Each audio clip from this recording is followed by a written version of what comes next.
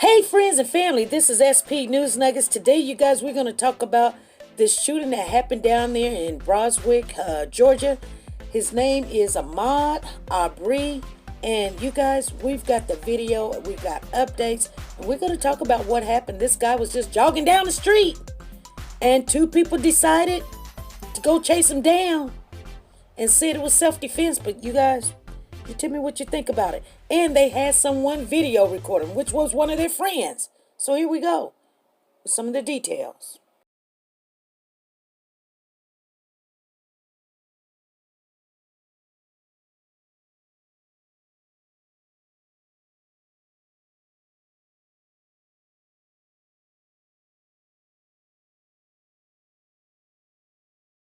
The video was filmed by this man, William Bryan.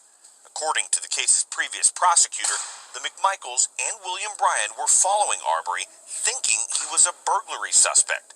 The police have not said that Arbery committed a crime. The two white men who confronted him in his neighborhood are now charged with murder and aggravated assault.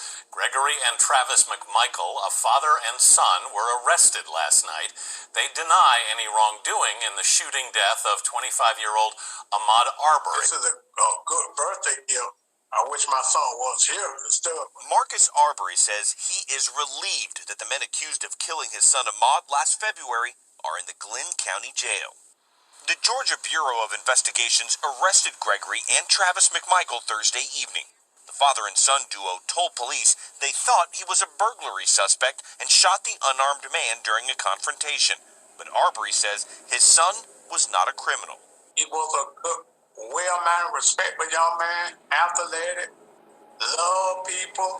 The arrest comes just days after cell phone video was released showing the final moments of Arbery's life as he jogged in his own neighborhood. The video appears to show the McMichaels after they chased Arbery in their truck. Gregory told police Travis and Arbery fought over the shotgun before Travis shot him 2 times. Arbery family attorney Lee Merritt says he also expects Bryan to be charged. My understanding is that that investigation is still ongoing. CBS News can also confirm the video was leaked by this man, Alan Tucker, the former attorney for Gregory and Travis McMichael. According to a statement, Tucker says his sole purpose in releasing the video was absolute transparency. Fellow Arbery family attorney Ben Crump says the video is what might have propelled the case forward. I believe that the video was all the probable cause you needed to arrest these murderous father and son duo. CBS News has learned new details about the former prosecutor assigned to the case, George Barnhill of the Waycross Judicial Circuit. We obtained the email Barnhill sent to the Georgia Attorney General along with his recusal letter. In it, Barnhill explains his son, who is also an attorney, had previously investigated Arbery. He also included what he claimed was the criminal history of Arbery's relatives. In that letter does not align up with the law in the least bit. Hey family, this is SP News Nugget, and I want to share with you a sale of a lifetime. Noah's Closet is having a Mother's Day sale on all of her perfume. She has 50 to 75% off. She has CK. She has Gucci. She also has Prada over there. You guys, the perfume smells beautiful.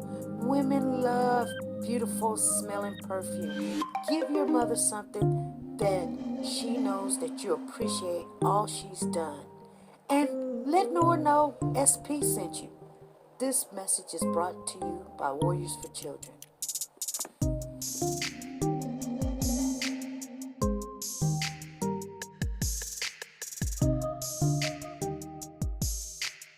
Say that he was gunned down while out for a jog back in February.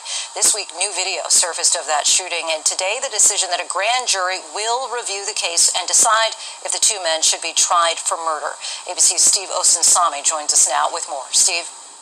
Lindsay, the video recorded on someone's cell phone is difficult to watch. It shows the moment in February when 25-year-old Ahmod Arbery is killed.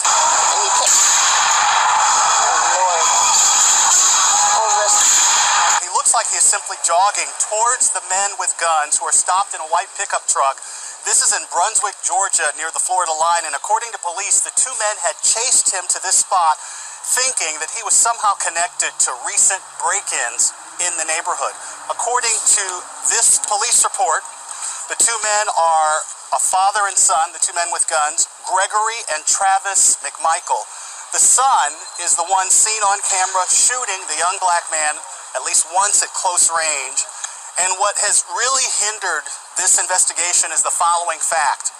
The father, seen in the video inside the truck, is a former investigator with the local district attorney. Because of this, the DA in the county where this happened had to send the case to another DA who also had a conflict of interest for the same reason. And now there's a third DA who is working this case. The father and son told police that they were making a citizen's arrest and that the 25-year-old fought back, which isn't clear in the video, and that he was shot and killed in an act of self-defense. But the young man was unarmed, and according to his family, he loved to jog and was out running just a few miles from his home. The latest prosecutor, who only started investigating this case on April 13th, decided today that this case needs to be put before a grand jury. But because of COVID-19, that won't happen until the courts reopen in the middle of June. And no one has been charged in this case at this point. The young man's family wants the truth and justice for their son. His friends believe that the white men with guns mistook him for someone else. There are calls for the U.S. Justice Department to investigate. Steve Osunzami, ABC News, Atlanta. Our thanks to Steve for that report. We're joined now by Lee Merritt. He's the attorney for the Arbery family. Thanks so much for joining us, Mr. Merritt. Thank you for having me. So first, let's talk about this video. You said that someone posted it anonymously on the internet. How did you find it, and has the prosecutor's office said anything to you about this video? We knew the video existed. It appears in a statement from the previous district attorney, George Barnhill. We found it after a coach was sent a link anonymously, and he forwarded it over to me, a coach of Ahmod Arbery. So the two armed men in that video reportedly said that there had been several break-ins in the area and that they were using a citizen's arrest statute in Georgia to justify the shooting. What do you say to that? Well, that is a recent invention. But what they said initially, what my client was told, the mother of Ahmod Arbery, was that he was involved in a burglary and that the homeowner that he was burglarizing used deadly force in order to stop him. Obviously, that's not what happened here under this video. But even the video the lie that was later told that they were performing a citizen's arrest is undermined by this video. This video shows a man jogging down the road. He was cut off. They inserted themselves in his path wielding weapons, and he had no other choice but to clash with them, and he was killed. So Ahmod was shot and killed more than 2 months ago. We're talking about February 23rd. So why has it taken so long for prosecutors to decide that the case should go to a grand jury? The short answer is because George McMichael used to work in a prosecutor's office and has a lot of friends in the law enforcement community. The more complicated answer does have something to do with COVID-19, and it's being used in a lot of ways as a scapegoat. The state of Georgia, the Supreme Court of Georgia, shut down the grand jury process, and so this case can't be presented to a grand jury. That does not mean that these men can't be arrested. The district attorney has the authority to independently directly indict these men for the crimes that they clearly committed in this video. They have the authority to do that when there's clear and compelling evidence like the video that we saw today. This is not an adequate explanation for why the arrest hasn't been made. The only thing that the coronavirus helps us explain is why a grand jury has not been impaneled to formally indict these men. Sure, any legal expert who is looking at this video is going to conclude that these men committed murder. Instead, you had a friend of one of the men involved, a friend of George McMichael or Gregory McMichael, say that offer a defense that these men were engaged in some sort of citizen's arrest. The connection to a citizen arrest is so unattainable that they had to come up with some other theory about how the shooting happened. It just simply doesn't make sense. The reason why it could not be a citizen's arrest is that under that statute, a citizen would actually have to observe a crime taking place.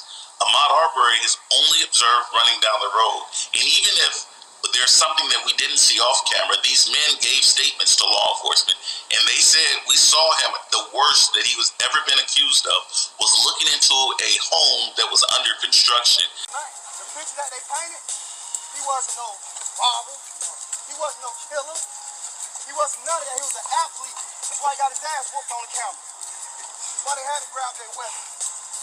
We don't have weapons. We have a voice and we trying to get it heard. We running with Ahmod. Run with Ahmod.